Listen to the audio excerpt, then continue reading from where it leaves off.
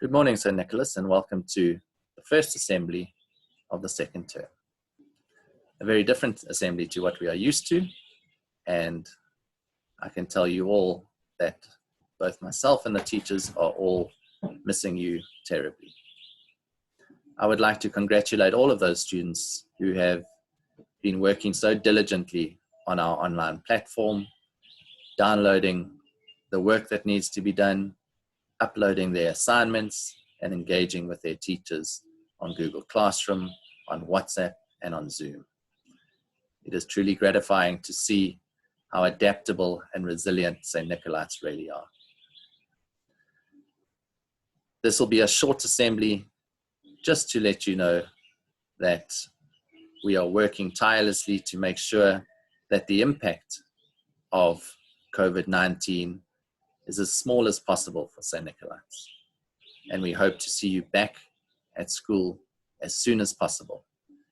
We are still awaiting the government's directive on this, but at the moment it seems that the earliest that any learners will return to St. Nicholas will probably be on the 6th of May, and it might be a staggered approach with only certain grades coming back to school then and others following later. This is definitely not a normal time, and I'm aware that for many of you, it is a time of immense anxiety. I would like to give you the following message. We are in a time of difficulty. It is not the first time of difficulty that we will have, and it certainly won't be the last. It is not whether we face danger in this life, it is rather how we react to it that is important. Do we see the current challenge as something that we will never be able to overcome, and so we simply give up? Or do we see the current situation as an opportunity for personal growth and change? For many of you, this time has meant that you have had to grow up very quickly, that you have had to motivate yourselves, that you have had to take on extra responsibilities, that you are not having the support of your friends and family that so often we need. How you deal with this is the challenge. But we know that those who are successful look at it in terms of three factors. What can I learn is the first. What can we learn from the current situation? There are always lessons in every great tragedy. Secondly, who can I help? Remember, as Christians, we are always bound to love our neighbor as we love ourselves. And there are so many at the moment that need our help.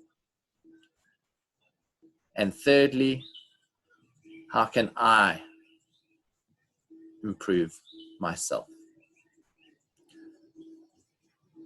When we look at these three factors, we see that the great opportunity for us to become a stronger, more resilient community are right in front of us. But it is going to take personal effort. It is going to take sacrifice, and it is going to take working together. The most important fact when we talk about these three is to make sure that we keep our communication open. If you are struggling, do not struggle alone.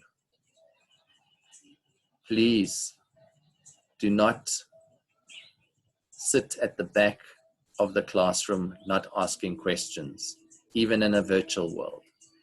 Because if you don't understand the question, very often the rest of the class won't either, and it requires you to be asking your teachers to explain.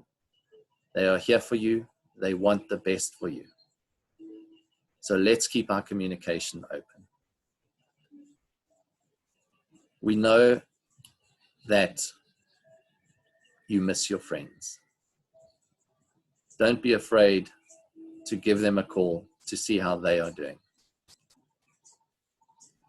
For many of you, your friends are the world, and they are the people you confide in when you are feeling low. But during this time of not seeing them, sometimes we forget to be the good friend that we need to be. This week, we will continue with our virtual learning. Please be self-motivated. Do the work. Find a quiet place in your house where you can concentrate and be as effective as possible in completing the assigned work. And I wish you all well. I hope to see you soon. And when we do meet again, remember that St. Nicolaites are resilient, disciplined, and have integrity. Let us pray. God, grant me the serenity to accept the things I cannot change, the courage to change the things that I can, and the wisdom to know the difference. Go in peace to love and serve the Lord. In the name of Christ, Amen.